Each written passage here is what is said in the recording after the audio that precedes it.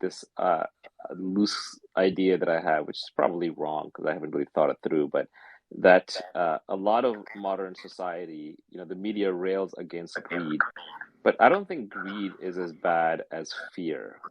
You may want to mute, by the way, Flywheel, because I'm getting an echo back from you. Thank you. Um, fear, because greed, what's the worst case with greed? The worst case with greed is you go off and do something for your greed, but especially in a capitalist environment, you're almost by definition have to create a product or sell something, and it's probably a voluntary transaction.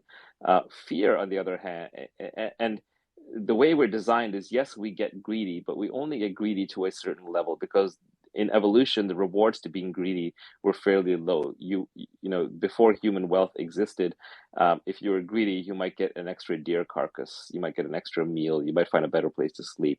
But Some fear had sugar. huge, yeah, exactly. Fear, on the other hand, had huge consequences, which was if you were not afraid when the tiger showed up, if you didn't realize when the scream went out, you were going to get eaten. Or when the neighboring tribe attacked, you were going to get skinned. So the consequences to fear have historically been much greater than the rewards to greed, which is partially why I think we're a fearful and pessimistic species. Now, why do I bring that up? I say that because I think that the people who control you through greed actually have a lot less power than the people who control you through fear.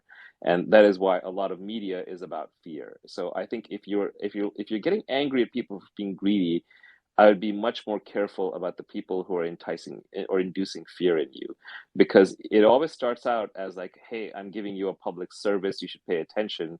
And so you look at them as the good guys. They get to virtue signal, and then they drive you into a fearful state.